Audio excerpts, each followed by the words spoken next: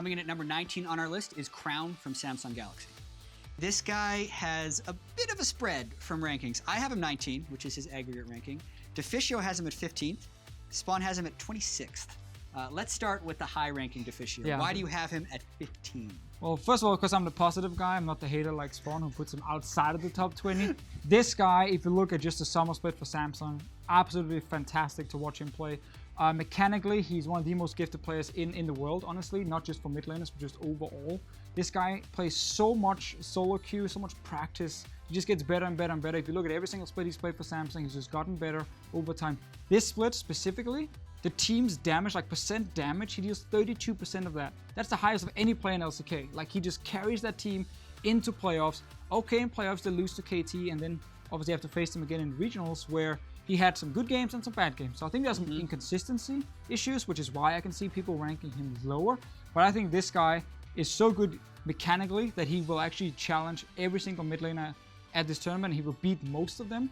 And that's why he's actually very high on my list, and also because he's so important for this team. Yeah, even though I have him at 19 and you have him at 15, for both of us, he's the third best mid laner at Worlds. Yes. Just wanted to point that out. Yes. Spawn, I want to let you go now to, bring everybody down, show the negative part of the conversation. You had him at 26. I don't want to bring him down too much. I mean, he's kind of Mike Jensen, but from Korea. I think that individually he's a fantastic player. Maybe it is the team letting him down a little bit because I didn't see a lot out of Samsung during the regular season. They got much better during their run into Worlds. But when I look at Crown, I look at young mid laner, very inexperienced, that hasn't been able to do it on an international stage yet, and questionable champion pool. I'm not going to say he has a shallow champion pool. I mean, if you don't force him on things, but he has a big variance between the Victor, the Varus, and the Azir to everything else he plays. And I also think that in a meta that will be tossed around a little bit at Worlds, the lack of assassins hurts his credibility. Not that you have to be an assassin player, but you have to be able to show it. He only has a LeBlanc. So when I look at Crown, I think, yeah, he could be great, but I don't know yet.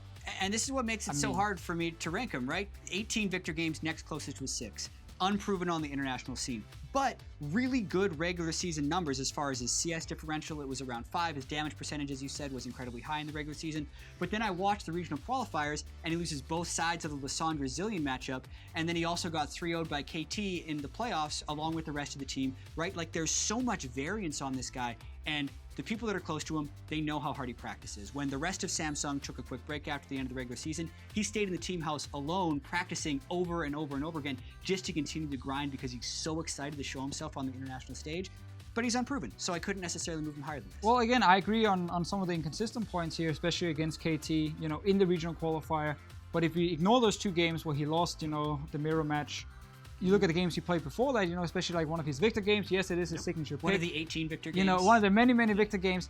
What he's doing on that champion and as a mid lane is just fantastic because he has full control of the mid lane and he doesn't just sit in the mid lane. I think one of the criticisms for someone like Maple and why he's not in my top 20 is because he focuses on his own lane and he stays around that. Crown goes to other lanes, he impacts other lanes, he goes to the jungle with ambition. He's almost everything for this team, together with ambition. These 2 guys holding hands are kind of carrying the rest here. And to your point about not playing assassins, he plays LeBlanc already. He plays Syndra a lot in solo queue. He has a lot of these different picks ready. It's not like any mid laner looking at the entire year has played a lot of assassins because they haven't been meta for the entire year. So this guy, with the amount he practices, with the bootcamp coming in, I think he's going to have 0 issues with like champion pool. I think he's going to be, as I said earlier, one of the absolute best mid laners, and that is enough for me to put him actually very high on my list. Also because I think Samsung is a very underrated team who will surprise a lot of people. Spawn, final words? I think that that's where it comes down to. I think that if Samsung succeed and have a fantastic World, a lot of the, praise will be heaped on Crown. He is, as I said, probably the shining star on that team. Gambling a little bit. I'm not so hyped on Samsung. I think that Crown's good, but is he top 20? I hope to be proven wrong because he's very exciting. Officially by our aggregate list, he is top 20. He's number 19. He is the highest ranked player from Samsung and the 3rd highest mid laner on our list. That'll do it for Crown.